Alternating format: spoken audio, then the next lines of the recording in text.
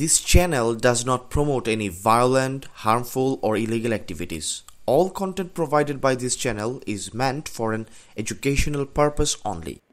রাজধানীর গুলশানে শিল্পপতির বাসায় অনধিকার প্রবেশ করে স্ত্রী ও সন্তানদের মারধরের মামলায় চট্টগ্রামের রাউজানের আলোচিত সমালোচিত গিয়াসউদ্দিন কাদের চৌধুরীর দুই ছেলে সামির কাদের চৌধুরী ও শাকির কাদের চৌধুরী সহ ৯ জনের বিরুদ্ধে ৫ কোটি টাকা চাঁদা দাবি এবং ফ্ল্যাট দখল চেষ্টার অভিযোগে মামলা দায়ের করা হয়েছে।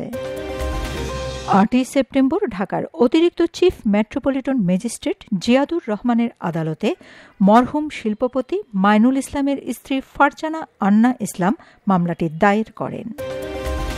মামলার আসামিরা হলেন সালাউদ্দিন কাদের চৌধুরীর ভাই গিয়াসউদ্দিন কাদের চৌধুরীর দুই ছেলে সামির কাদের চৌধুরী ও শাকির কাদের চৌধুরী, শামসুল আলামিন রিয়েল এস্টেট লিমিটেডের প্রোপাইটর আরেফিন শামসুল আলম, মেরিনা ইরশাদ, কেশব চন্দ্রনাথ, হারুনুর রশিদ, ফেরদৌস মুন্সি, শাহাবুদ্দিন এবং সালাউদ্দিন আব্বাসী।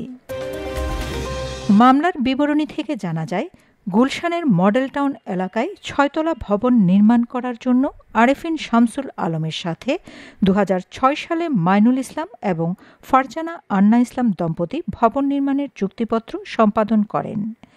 ২০০৭ সালের ১৯ ডিসেম্বর তারা বাড়ি বুঝে পান।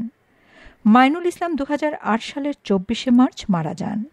তিনি মারা যাওয়ার পর শামসুল আলম বিএনপি নেতা গিয়াসউদ্দিন কাদের চৌধুরীর ছেলে সামির কাদের চৌধুরী ও শাকির কাদের চৌধুরী সহ অন্য আসামিদের নিয়ে বাড়ির ফ্ল্যাট দখলের চেষ্টা করতে থাকেন। মামলায় আরও বলা হয়, ২০২৪-এর ৫ই আগস্টে রাজনৈতিক পট পরিবর্তনের পর আসামিরা আরও বেপরোয়া হয়ে ওঠে। গত ১৪ জুলাই তারা ওই বাড়িতে অনধিকার প্রবেশ করে ফ্ল্যাটগুলোর তালা ভেঙে দখল করার চেষ্টা করে। তারা ৫ কোটি টাকা চাঁদাও দাবি করে। ফারজানা আন্না ইসলামকে বিভিন্ন ধরনের হুমকি দেন। গত ২৮ আগস্ট আবারও তারা বাসায় হামলা করে বাসার লোকজনদের আহত করে এবং ১০ লাখ টাকা ১০ ভরি স্বর্ণের জিনিসপত্র নিয়ে যায়। ৫ কোটি টাকা চাঁদা না দিলে ফ্ল্যাটগুলো দখল করে নেওয়ার হুমকিও দেয়।